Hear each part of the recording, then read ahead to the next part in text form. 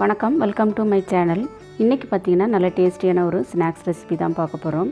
Noodles pakora எப்படி செய்யலாம் அப்படின்றத பார்க்கலாம். இது வந்து ரொம்ப சிம்பிளாக ஈஸியாக செஞ்சிடலாம். டேஸ்ட் பார்த்திங்கன்னா ரொம்ப சூப்பராக இருக்கும். வாங்க எப்படி செய்யலாம் அப்படின்றத பார்க்கலாம்.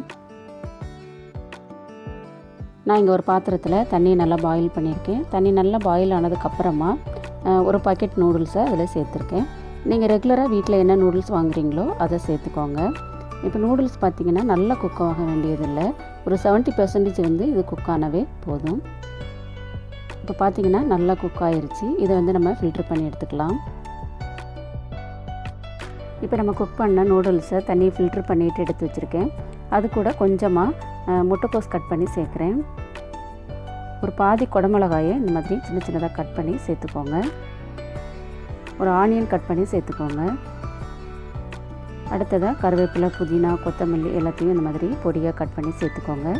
ஒரு அரை டீஸ்பூன் ஜிஞ்சர் கார்லிக் பேஸ்ட் சேர்த்துக்கோங்க. காரத்துக்கு ஒரு டீஸ்பூன் சில்லி பவுடர் சேர்த்துக்கோங்க. ஒரு 1/2 டீஸ்பூன் கரம் மசாலா பவுடர் சேர்த்துக்கோங்க. அடுத்ததாக நம்ம நூடுல்ஸ் பாக்கெட் யூஸ் பண்ணோம் இல்லையா, எந்த நூடுல்ஸ் பாக்கெட்னாலும் அதுக்குள்ளேயே ஒரு மசாலாவும் சின்ன பாக்கெட்டில் கொடுத்துருப்பாங்க. அந்த மசாலாவை சேர்த்துக்கோங்க.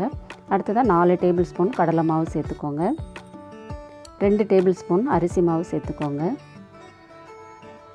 தேவையான அளவு உப்பு சேர்த்துட்டு இதை நல்லா மிக்ஸ் பண்ணி விட்டுடலாம்.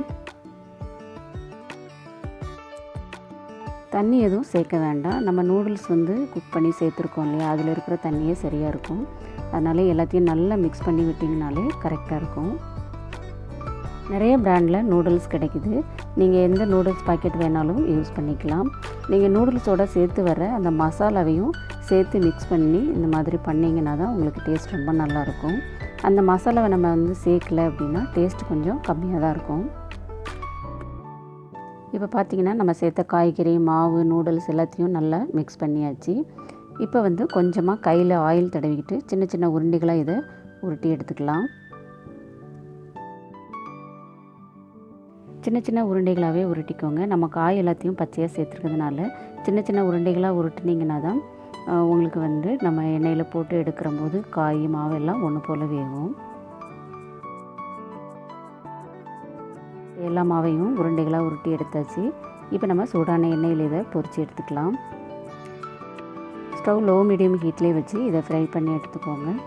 நல்ல கலர் வந்து கோல்டன் ப்ரௌன் ஆகிற வரைக்கும் சுற்றிலும் எல்லா பக்கமும் நல்லா திருப்பி விட்டு குக் பண்ணி எடுத்துக்கோங்க.